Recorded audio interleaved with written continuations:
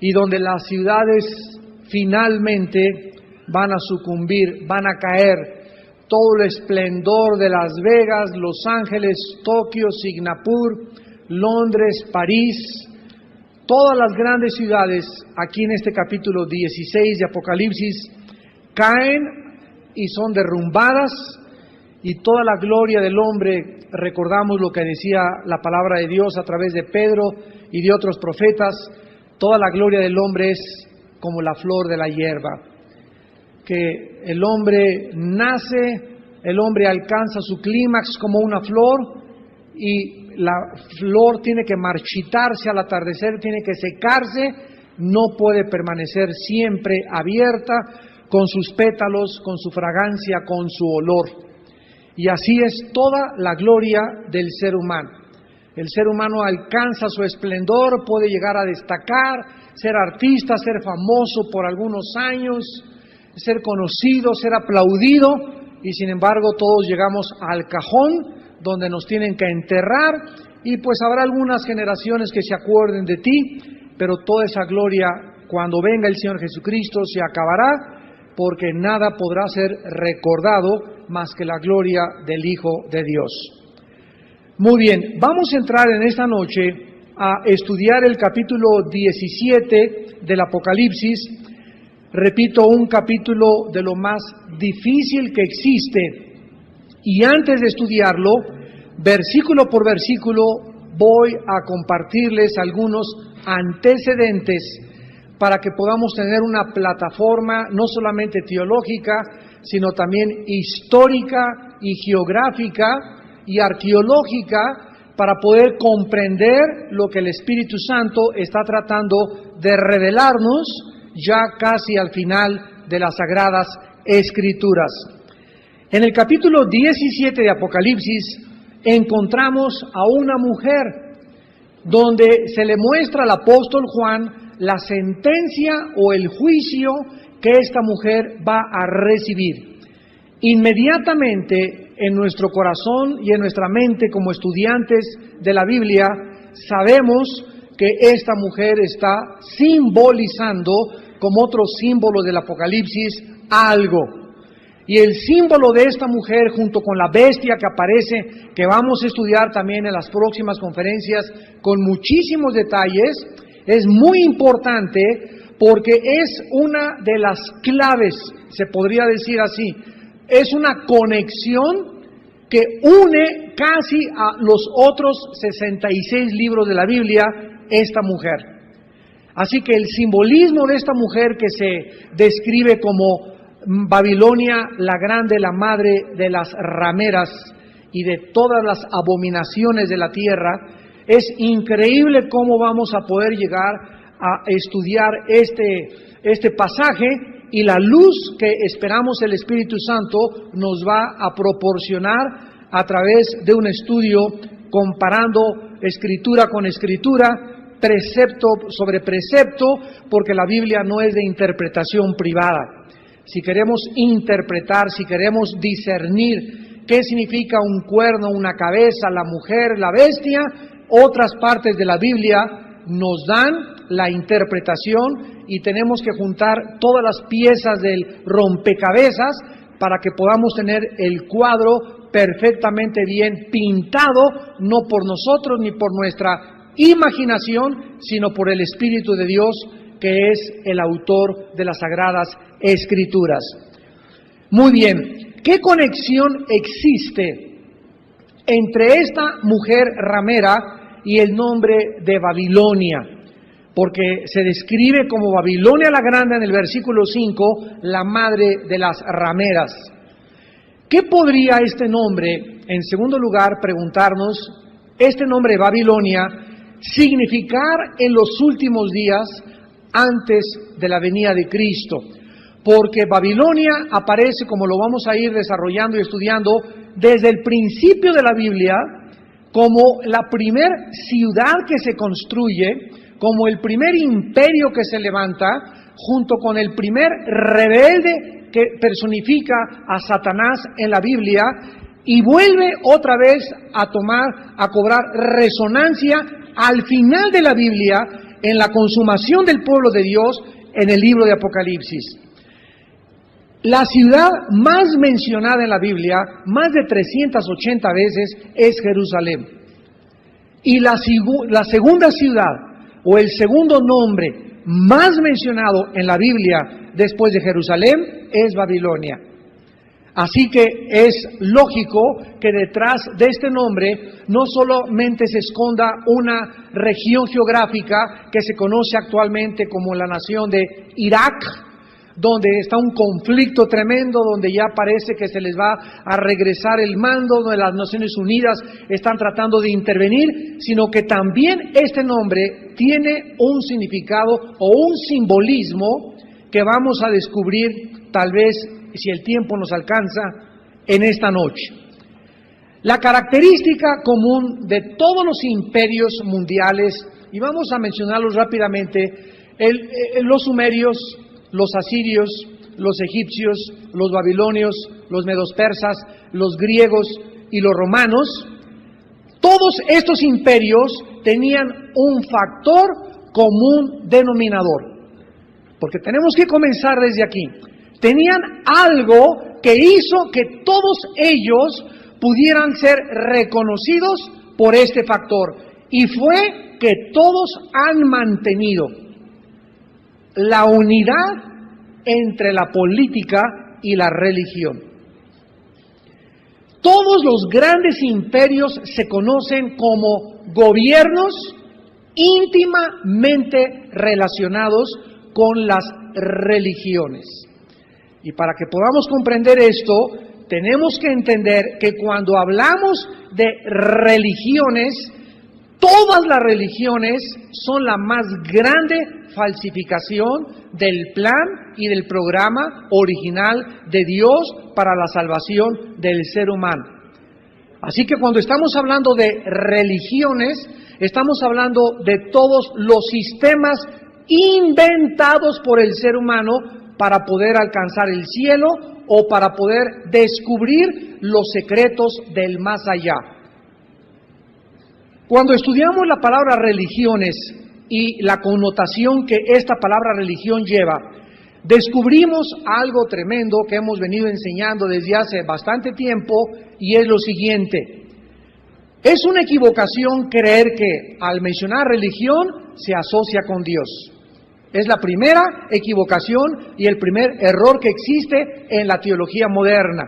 O sea que cuando alguien dice, esta persona es muy religiosa, lo que comúnmente llega a la mente de todos, ya sea periodistas, comunicadores, comentaristas de televisión, es una persona que anda con su rosario, que anda con Dios o que siempre es muy religiosa. Se asocia religión con Dios, cuando la realidad es lo diferente. Porque, por ejemplo, el comunismo, que es básicamente con una estructura fundamental atea, es una religión. El budismo, que es ateo, es una religión atea. Buda era ateo. El budismo no tiene ningún Dios. Entonces tenemos un concepto equivocado cuando comenzamos a creer que religión es Dios. Ahí me preguntan, ¿cuál es su religión? Les contesto, yo no tengo ninguna religión. ¿Pero cómo usted predica la Biblia?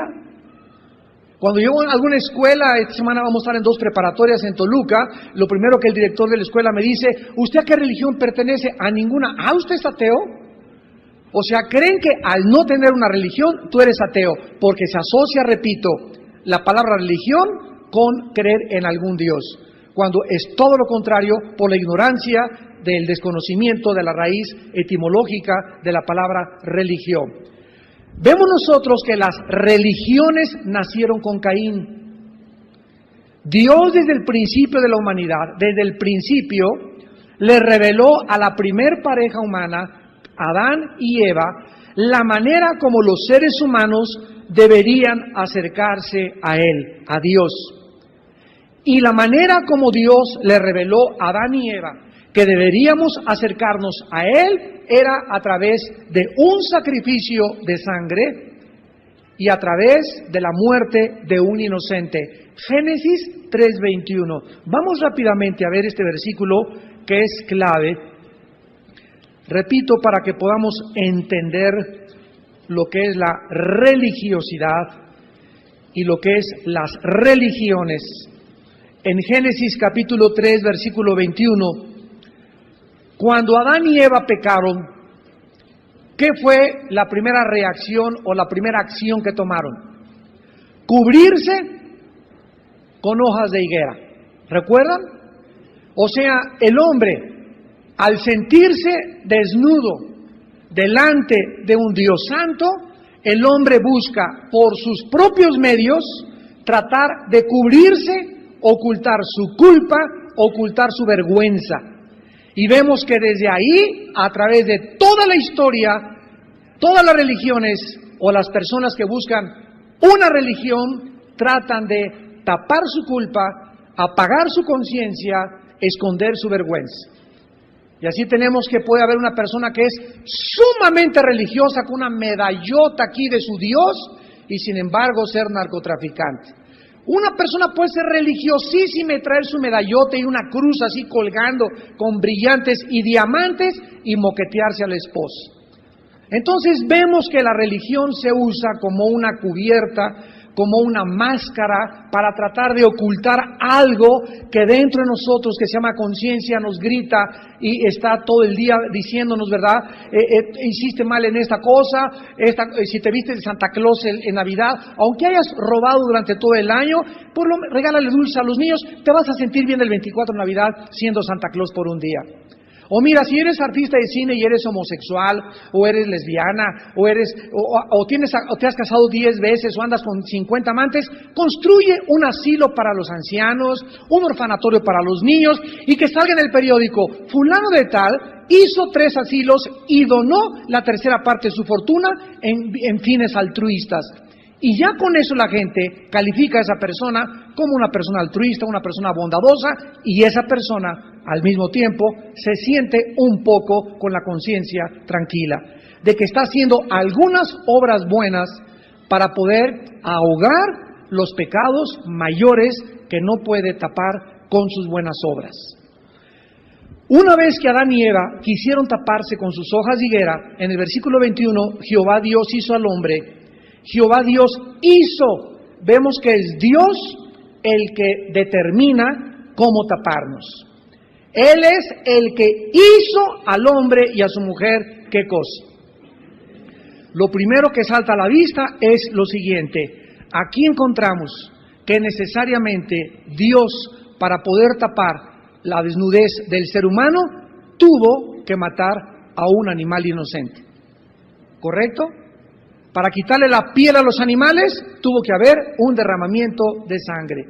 Entonces, el Evangelio dice que es Dios el que determina cómo salvarnos, a través del derramamiento de sangre, y tiene que ser la sangre derramada, una víctima y un inocente.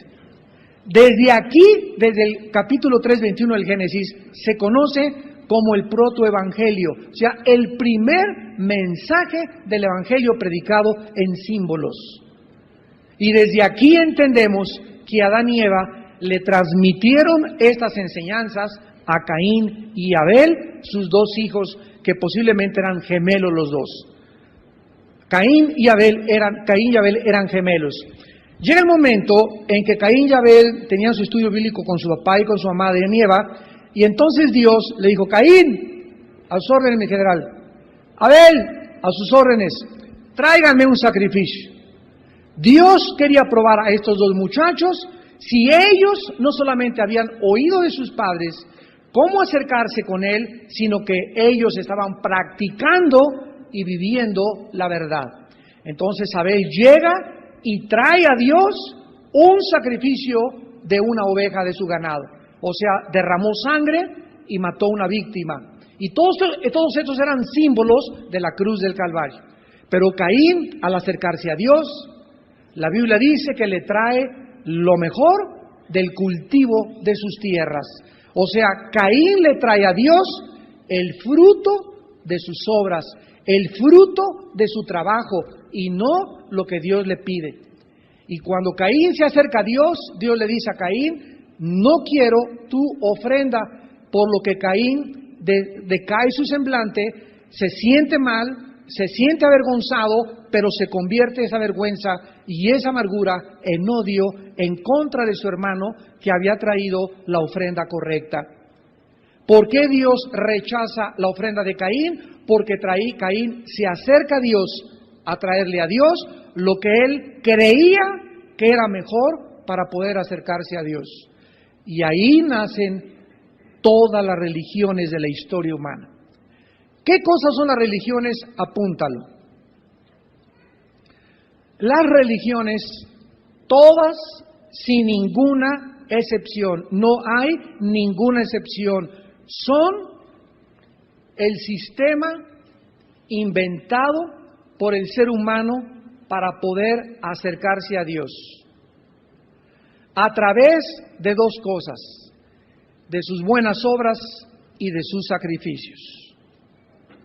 Llámale judaísmo rabínico actualmente, llámale islam, llámale sintoísmo, llámale catolicismo romano, llámale a la religión mormones, testigos de Jehová, unitarios, llámale como tú le quieras llamar, adventistas del séptimo día, no reformados, etcétera, etcétera, unitarios, cualquier religión, la griega ortodoxa, todas se caracterizan porque todas, sin excepción, creen que para irse al cielo uno tiene que hacer buenas obras. Todas, sin excepción, y otras les agregan sacrificios. Irse a algún monumento religioso de rodillas sangrando en días religiosos, hacer algo, chicotearse, una cama de piedra, amarrarse nopales, recluirse en un convento, se llama la vida monástica, o en algún monasterio, para de esa manera, sin contaminarse con el mundo, ser santo y encontrar a Dios. Todos estos sistemas ascéticos, de ahí viene la palabra ascético, de los que se aíslan para creer que se pueden acercar a Dios, son inventos humanos. Y cuando Dios se revela a nosotros, nos trae un mensaje del cielo que es diferente a toda la imaginación humana que, repito, del hombre proviene el hecho de que tenemos que hacer algo para poder ganarnos el cielo. Y Dios nos manda un mensaje del cielo que nos dice, no tienen que hacer nada. Esto inmediatamente choca con mi mente, con mi forma en la que mi religión me enseñó, llámese como se llame tu religión, porque mi religión me enseñaron, tienes que hacer esto, cumplir con esto, viernes primero, o peregrinación, o ir a la Seca, o a la Meca, o hacer esto, sí, hacer, cumplir, para estar constantemente, si hay un miércoles de ceniza, ponerme la ceniza, si hay esto, ir a hacer estas cosas, cumplirme de chiquito, echar el bautizo, ritos, religiones, y si no, no estoy en mi religión. Ir el domingo y presentarme a la religión a la que yo voy, hacer, obras, y si te mueres, a ver si, y si no entras de chiripada, hay otro lugar que se llama el purgatorio. Y ahí te vas a purificar, y después de purificar lo que te faltó, te vas al cielo. Nada de esto está en la Biblia. Venimos a la Biblia y nos encontramos que el mensaje de Dios dice, porque la palabra de la cruz es locura a los que se pierden. El mensaje que Dios nos envía del cielo es locura, va contra mi razón, contra mi lógica, contra mi entendimiento, porque el mensaje del cielo es el que crea en la obra de Dios en la cruz del Calvario será salvo, sin absolutamente hacer nada. Y la persona que crea que el Hijo de Dios murió en la cruz en nuestro lugar, tendrá la salvación eterna de sus pecados. Después de creer en Cristo, claro que nos vamos a portar bien, claro que vamos a hacer buenas obras, pero estas buenas obras que estamos haciendo no son para ganarnos el cielo nos lo regaló Dios a través de la muerte de su Hijo. Las obras que hacemos serán el producto, el resultado de nuestra salvación y no el medio para la salvación, por el amor y la misericordia de Dios. Entonces, este mensaje es locura a los que se pierden y por eso mucha gente lo rechaza porque dicen, ay, sí no puede ser tan fácil, yo tengo que hacer algo para irme al cielo. Y la Biblia dice, es Romanos 3, 23 al 26, totalmente gratis. Gratuitamente la redención que es en Cristo mediante el derramamiento de su sangre en la cruz del Calvario. La salvación nos la regala Dios mediante la fe. Efesios 2, 8, 9, porque por gracia somos salvos por medio de la fe, no por obras, no por nada que hayas hecho. ¿Por qué? Porque pregunta, ¿qué obra sería la necesaria para entrar al cielo cuando Dios hizo la más grande obra al permitir que su Hijo muriera en nuestro lugar? Sería como competir con la obra de Cristo en la cruz del Calvario. ¿Qué podría yo hacer primero al cielo? ¿Ir a una Popocatépetl de rodillas 100 veces? ¿Amarrarme a una cama con opales y sufrir ahí 5 años? El sacrificio de Cristo fue más grande que cualquier sacrificio que yo pudiera hacer. Como el ser humano no podía hacer nada para su salvación, porque estamos muertos en nuestros pecados, Dios tuvo como Adán y Eva que intervenir y Él proveernos las vestiduras. Y la vestidura, que es la salvación que Dios nos provee, se llama la justicia de Jesucristo. Vemos pues que entonces el ser humano es incorregiblemente religioso, como lo decía el doctor vienés Sigmund Freud. Él atribuía la religiosidad del ser humano a el temor a lo desconocido y a que siempre algo en la vida del ser humano está buscando que trasciende el mundo real que nos rodea y que quiere sumergirse en un mundo que desconoce. Esta es la razón por la cual los seres humanos, de acuerdo a la Biblia, cuando no conocen el mensaje de la Biblia, adoran lo que no saben.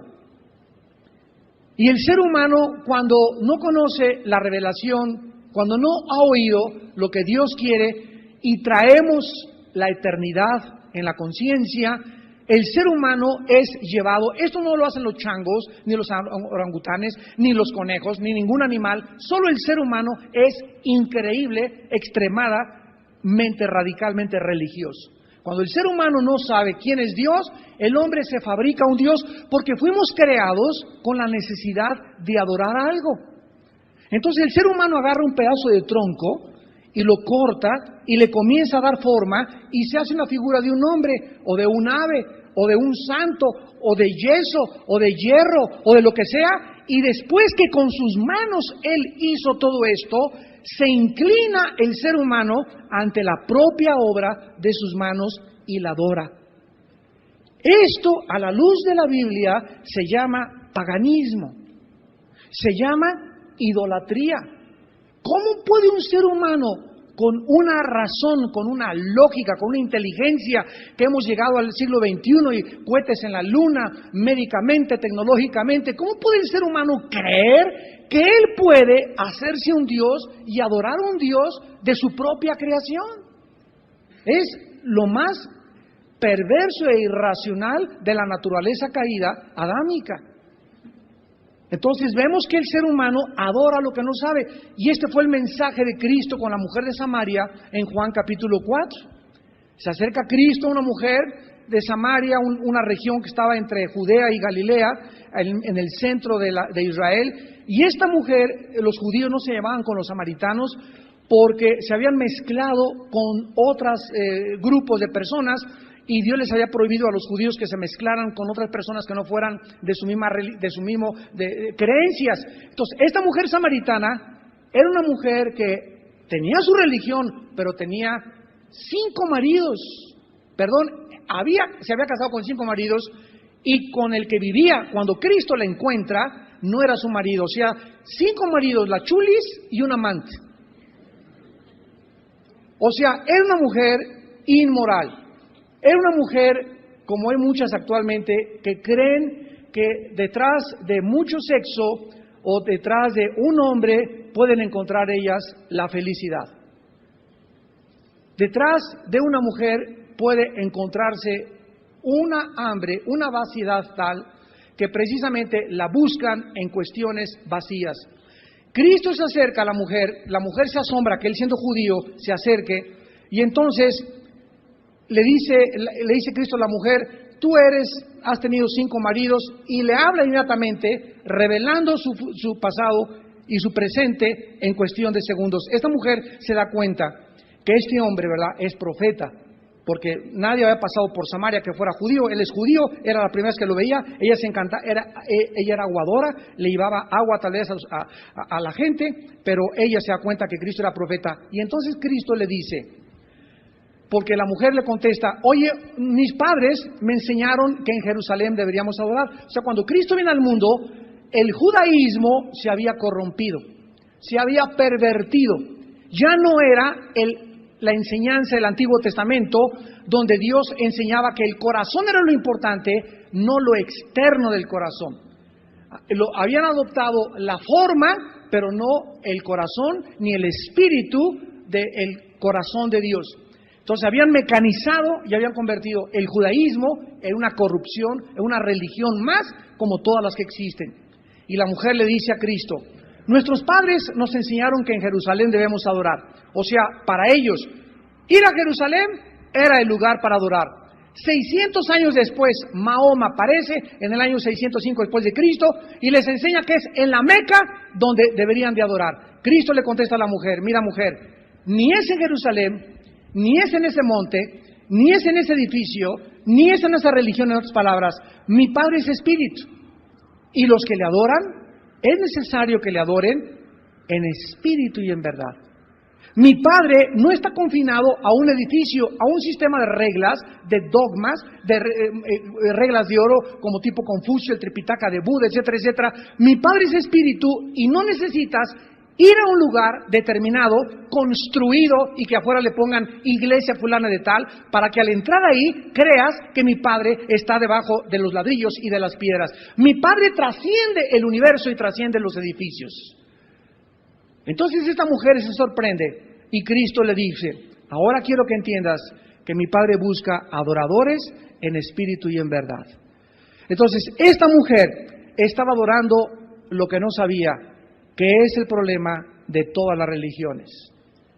Habla con un mormón, habla con un testigo de Jehová, o con un católico, o con protestantes también, que son, pero muchas veces peor de religiosos todavía, los que no son cristianos. Hay protestantes que no son cristianos, muchos que vienen aquí a Villanueva no son cristianos, han venido y son religiosos, tototototes.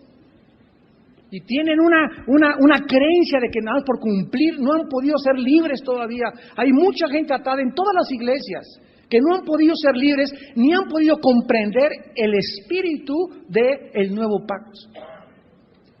Entonces el religioso adora lo que no sabe. El religioso cree que a ir a un lugar, un edificio, hincarse, persinarse, cumplir, hacer ciertas formas, ciertos ritos, ciertas cosas, ya está bien con Dios y entre semanas se porta como el anticristo. Es como amea a su mujer, le es infiel a su mujer, no le importan sus hijos, lleva una vida doble, su vida es una mentira, pero eso sí, el domingo no falla a su iglesia. Esta es la religión. Y escúchenme, vamos a terminar aquí para pasar a la segunda fase con esta verdad. No existe mayor disfraz para Satanás que las religiones.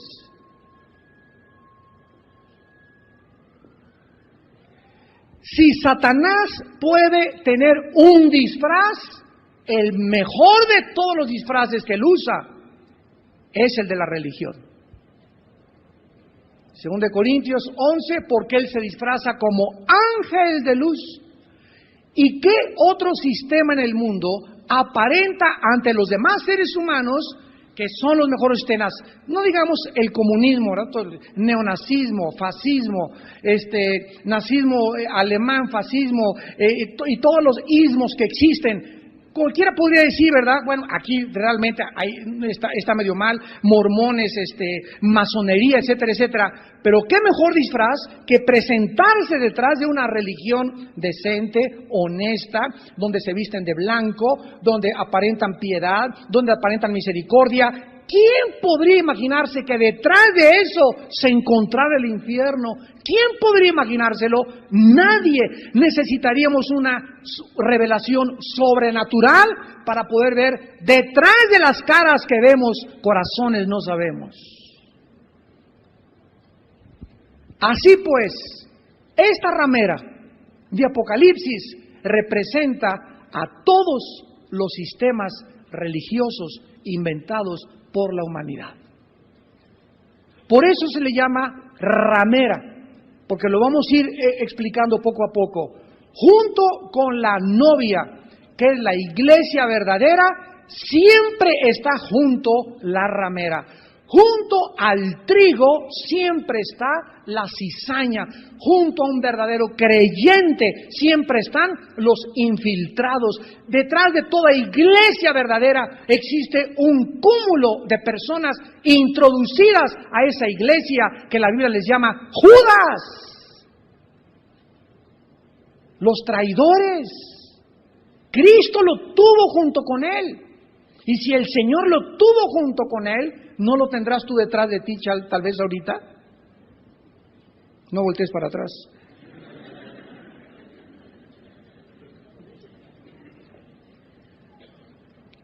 Lo interesante es que en Apocalipsis encontramos a los sistemas religiosos con la bestia que representan el poder político. Esta mujer en Apocalipsis aparece montada sobre una bestia escarlata, llena de nombres de blasfemia, con 7 cabezas y 10 cuernos. Como vamos a ver, esta bestia representa el último sistema político de gobierno mundial. Y lo interesante es que la mujer aparece montada arriba de este sistema. ¿De qué nos habla esto? Que la unión entre las religiones y la política tendrán su final hasta antes de que venga Cristo. Y que siempre, siempre, siempre en la historia, como lo vamos a ver ahorita, las religiones han estado unidas intrínsecamente con la brujería.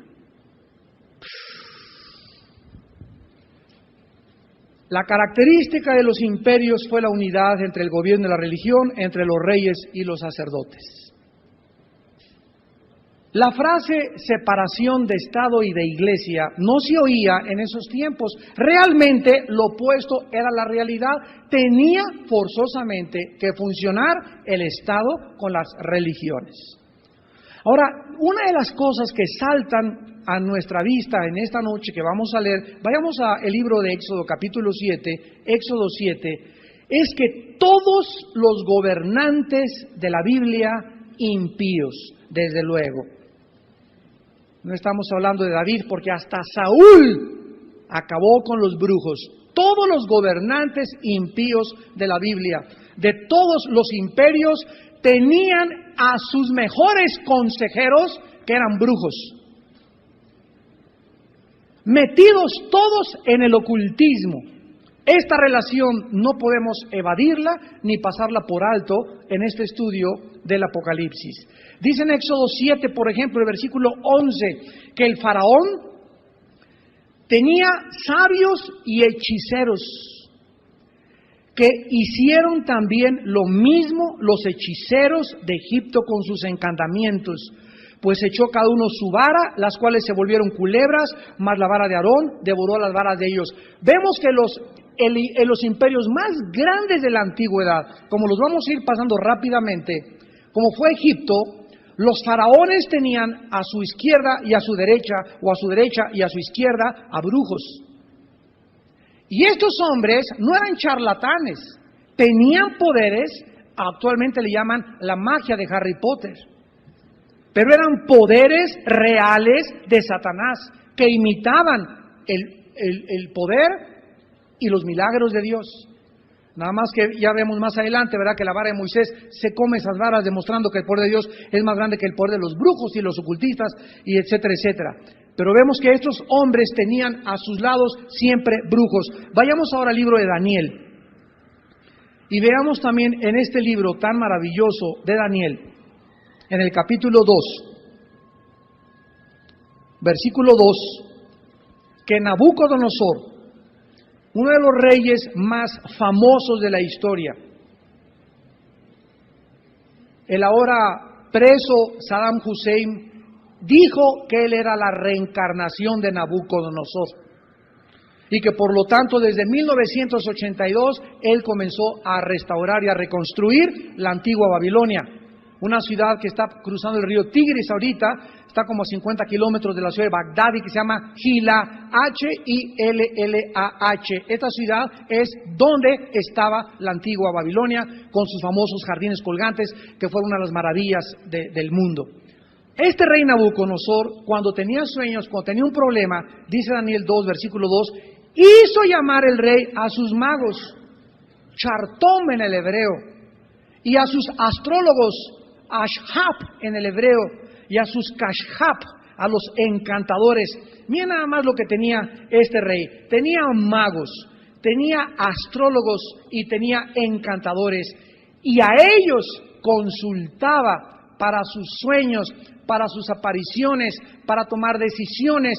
Vemos pues que detrás de casi todos los imperios mundiales, ¿quién está detrás de los brujos, de los magos, de Walter Mercado, tu pariente, y de todos aquellos que actualmente es la moda en el siglo XXI, la astrología, como lo vamos a ver a continuación, pertenece al mundo de la brujería.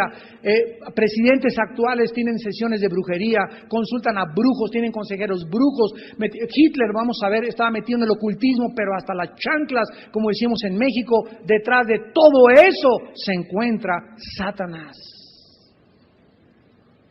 Y estas 7 cabezas que aparecen en la bestia en Apocalipsis 7 son los 7 imperios mundiales, mostrándonos que Satanás los gobernó todos. Todos los imperios mundiales tenían esta característica, además que todos los imperios mundiales tuvieron otro factor denominador, que fue en que todos fueron antisemitas. ¿Ustedes creen que es coincidencia que todos hayan odiado a un grupo especial de terrícolas llamados los judíos? ¿Ustedes creen que es coincidencia todo esto? Lo vamos a ir investigando. Ahora veamos en Daniel 4, capítulo 4 de Daniel, que tenemos el mismo precedente, versículos 6 y 7. Y dice aquí Nabucodonosor: por esto mandé que vinieran delante de mí todos los sabios de Babilonia, para que me mostrasen la interpretación del sueño. Y vinieron magos, astrólogos, caldeos y adivinos, y les dije el sueño, pero no me pudieron mostrar su interpretación. Capítulo 5 de Daniel, versículo 7. El rey gritó en alta voz que hicieran venir magos, caldeos y adivinos. Y dijo el rey a los sabios de Babilonia: ahora vean ustedes, que a este grupo de hechiceros se les consideraba en la antigüedad hombres sabios. Ellos eran los que tenían la sabiduría del gran arcano, los que conocían el misterio del Triángulo de las Bermudas, los que conocían el misterio de los ovnis, los que conocían el misterio de las pirámides de Egipto, de los círculos de Inglaterra, etcétera, etcétera. En toda la historia siempre ha habido misterios que cierto grupo de personas se atribuyen que conocen los misterios, y siempre lo atribuyen al más allá.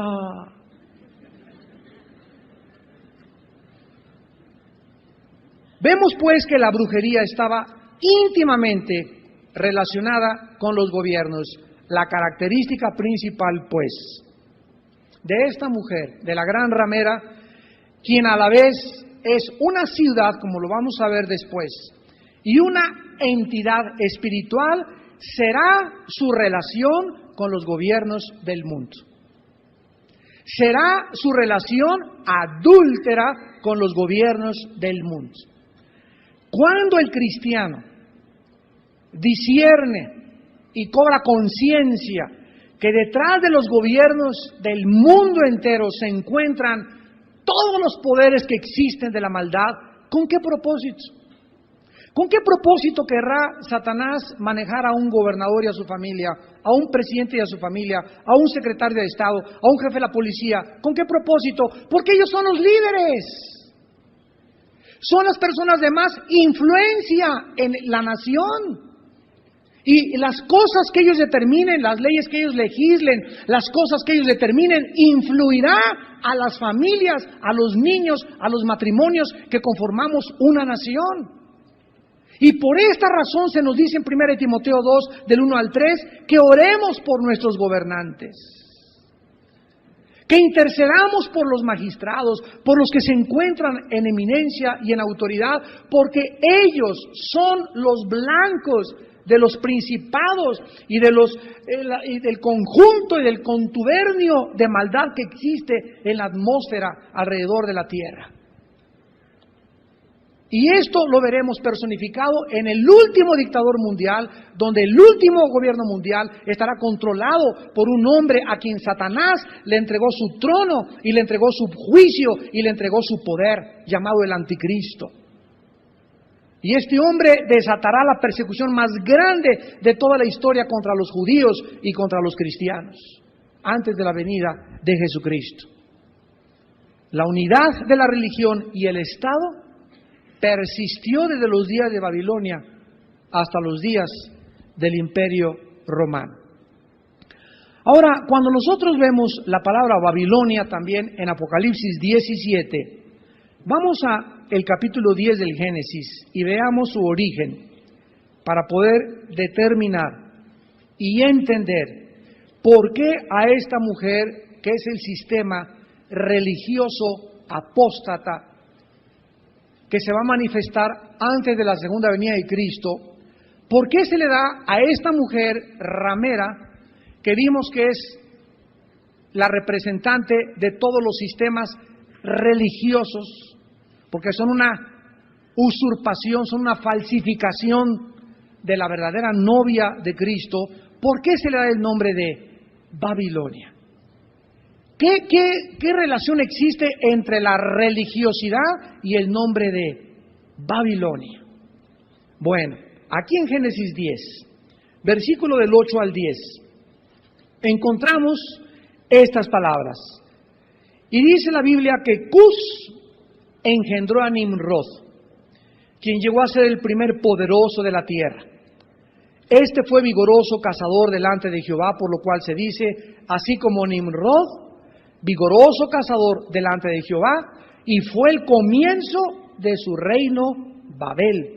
O sea que el primer reino en existir en la humanidad, de acuerdo a las escrituras bíblicas y a la misma arqueología moderna, y donde tuvo su origen la humanidad fue en el Medio Oriente. Y todos, absolutamente, tanto lingüistas como etimólogos, como arqueólogos, como antropólogos, están de acuerdo que ahí se inició el origen de la humanidad.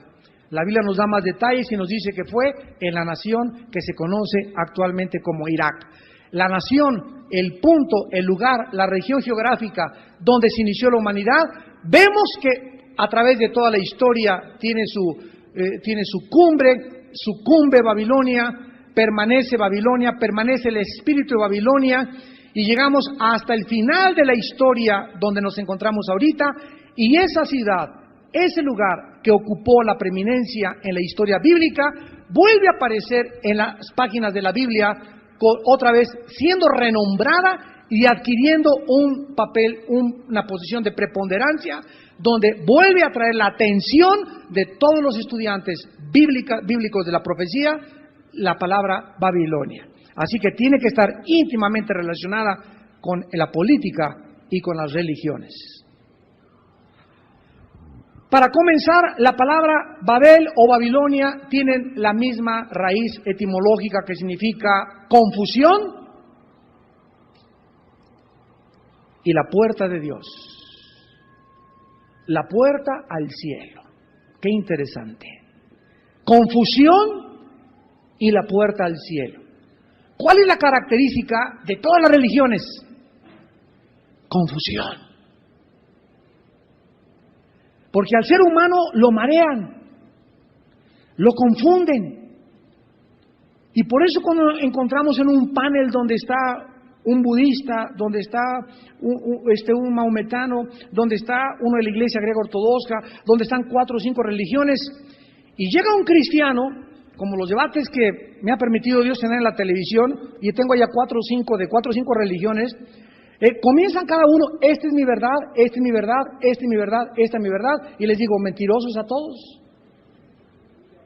Ninguno de lo que ustedes están mencionando es la verdad, porque en primer lugar, todo lo que están hablando ustedes es irrelevante filosóficamente, porque no puede haber 5 verdades. Por favor, si las 5 son verdades, quiere decir que no hay una sola verdad. Entonces, si no hay una sola verdad, yo no tengo nada por qué perseguir, porque yo ando buscando la verdad absoluta.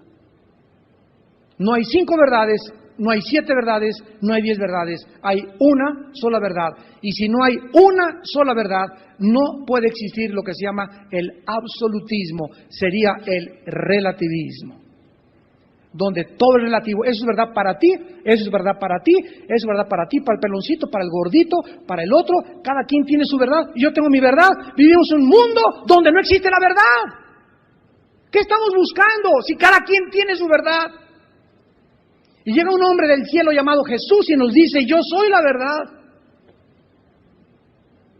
Lo cual atrae nuestra atención hacia Él y comenzamos a acercarnos a Él y estudiar la vida de este hombre y seguirlo y escudriñarlo y ver lo que dice la Biblia acerca de Él, y creemos y comprobamos y llegamos a la conclusión de que Él era realmente la verdad absoluta del universo, la realidad de todo cuanto existe.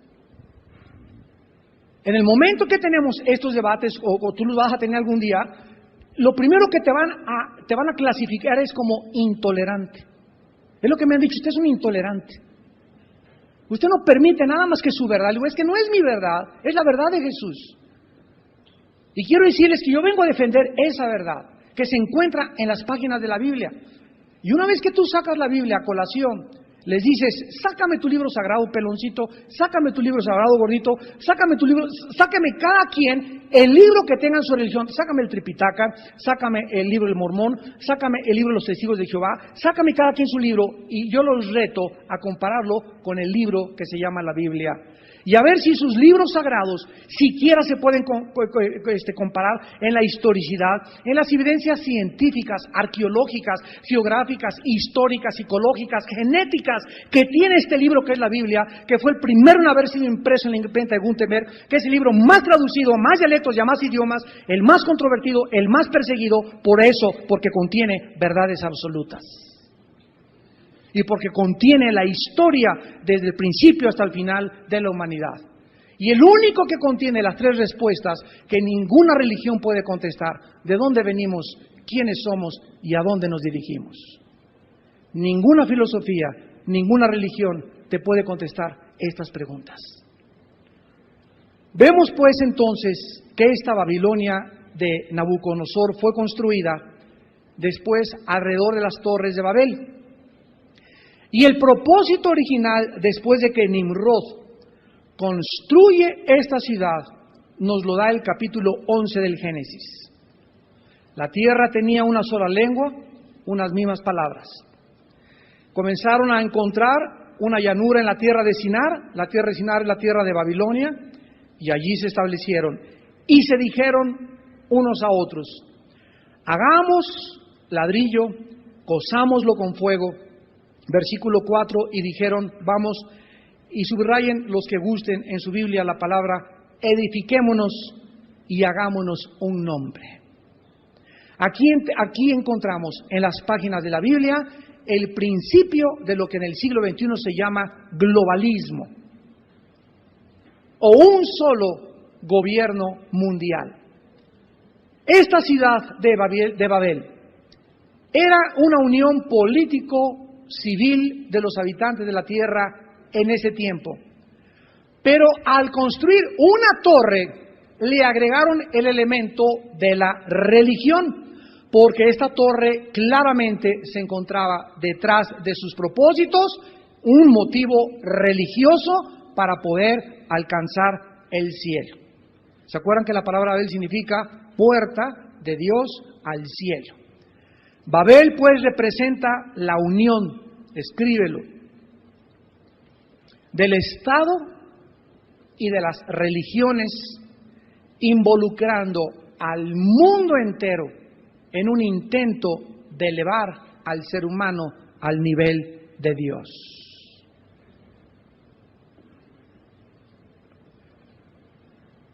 Cuando el Estado nos dice a nosotros cómo educar a nuestros hijos. Cuando el Estado usurpa el lugar que solo le corresponde a la Iglesia. Y cuando el Estado dicta una filosofía, por ejemplo, de carácter atea, donde el Estado prohíbe la libertad de las religiones en cualquier nación, ese Estado es un Estado dictatorial y contrario totalmente a la voluntad de Dios. Y esa es la intención de Satanás, levantar gobernantes en el mundo entero, donde los gobernantes puedan convertirse en dictadores, donde ellos puedan prohibir a la gente la libertad, donde puedan coartar la libertad de expresión, coartar la libertad de las religiones, coartar en la característica más grande con la cual nacimos, que es la libertad de elegir tanto ciudad como dónde vivir, con quién casarte y la religión que tú puedas tener. Cuando el Estado se convierte en Dios, es cuando el Estado ha llegado totalmente a ser manipulado por Satanás. Y cuando el Estado dicta que solamente una religión es la religión del Estado y no reconoce a todas las demás, entonces esa iglesia que ha aceptado hacer la religión del Estado se ha prostituido en su misión en esta tierra de parte de Dios. Porque esto es precisamente lo que significa Babel, la unión entre el Estado, o la política y la religión. La mujer, la ramera, buscando, dominando el poder político para sus fines. Y esto lo encontramos de una forma ejemplificada perfectamente bien en la crucifixión de Jesucristo. ¿Quiénes fueron la turba que agarraron a Jesús y lo llevaron a la representación del Estado por el gobernador Pilato, que tenía la adjudicación del gobierno y del uso de la espada? Los religiosos del tiempo de Jesús. Los religiosos, ahí está la religión. Todos los que representaban la religión en tiempos de Jesús lo agarraron a él y lo llevaron ante el gobierno de Pilato. ¿Por qué? Porque los judíos podían ellos emitir juicios, pero nunca de sentencia de muerte. El derecho de la espada la tenía Roma, no lo tenían los judíos. Los judíos podían condenar, ir a la cárcel, mandar a la cárcel, pero sentencia de muerte, el gobierno romano tenía la prerrogativa de dictarla. Por eso lo llevaron ante Pilato y él tenía que dictar la sentencia de muerte. Entonces vemos aquí que es la ramera, la religión, presionando al Estado para que el Estado responda. Al Estado le corresponde, escúchame con cuidado, al Estado le conviene la amistad de la religión para poder tener más votos y ganarse el favor del pueblo. Por lo tanto, la religión que en cualquier nación prevalezca es a la que el Estado se une más íntimamente, porque es la que más le conviene tener cerca de ellos. Pero en Apocalipsis se nos muestra que la mujer, al principio montando a la bestia, al poder político, lo domina. Y una vez que el poder político usa a la religión, se deshace de la religión, se olvida de la religión y se convierte en Dios. Alejandro Magno, Adolfo Hitler, Benito Mussolini, y tenemos el anticristo, y tenemos a toda la historia de todos los hombres que a Hitler, ¿saben lo que hizo Hitler? Se rodeó con todos los líderes evangélicos. ¿Saben lo que hace ahorita Hugo Chávez en Venezuela? Está rodeado de líderes evangélicos a su alrededor, diciéndoles que él es el alma de San Juan. Castro permitió en Cuba que se abriera unas religiones y unos templos, pero a los únicos que se les permite verdaderamente su expresión es a la Iglesia Cristiana Evangélica. Todos los demás pueden expresar su opinión. Me han llegado cientos de correos de venezolanos preguntándome qué pienso de Chávez. Le digo, oren por él. Oren por él y no crean absolutamente nada de lo que él les dice, porque la historia nos da testimonio que los líderes y los dictadores usan a la gente y le prometen a la gente para comprar a la gente votos, pero mentiras que creen las convicciones de la cruz del Calvario. Por eso tenemos que orar por nuestro gobierno y por todos los gobernantes en el mundo entero. Vemos pues aquí en Babel el primer ejemplo de un gobierno y una religión mundial juntos. El primer ejemplo de un gobierno, del Estado y una religión juntos, y así como el ser humano inició esta unidad, así también terminará al final de nuestros días. Este es el mensaje claro en la frente de la ramera. Y para terminar, Babel y la ciudad de Babilonia, construida más tarde alrededor de sus ruinas, fue la cuna de la creencia de un destino más elevado de la raza humana. Y esto ha prevalecido de los tiempos de Babel hasta nuestros tiempos. Escuchen esto, más tarde este sueño, de que existe un destino más elevado del ser humano, y que el ser humano puede encontrar a través de la masonería, a través de los ovnis, a través de la parapsicología, a través de la brujería, a través de viajes de peyote, a través de pastas, a través de drogas alucinógenas, etcétera, etcétera. Más tarde este sueño sería limitado solo por un hombre a grupos especiales como los arios, lo cual llevó al nazismo de Hitler y a la destrucción de más de 6 millones de judíos. El sueño de algo más elevado que existía. Y por esto mismo Hitler exclamó un día: el hombre se está convirtiendo en Dios. Necesitamos hombres libres que sientan y sepan que son dioses. ¿De dónde sacó Hitler esta cita? De un libro llamado El Anticristo de Friedrich Nietzsche. Y los judíos, bajo la estima de Hitler, no eran hombres, sino una palabra alemán que él usó que se llama Untermenschen, que significa subhumanos. Los judíos, dijo Hitler, son Untermenschen, subhumanos a quienes debo exterminar por el bien de la raza aria. ¿De dónde sacó esta marihuanada de la raza aria Adolfo Hitler?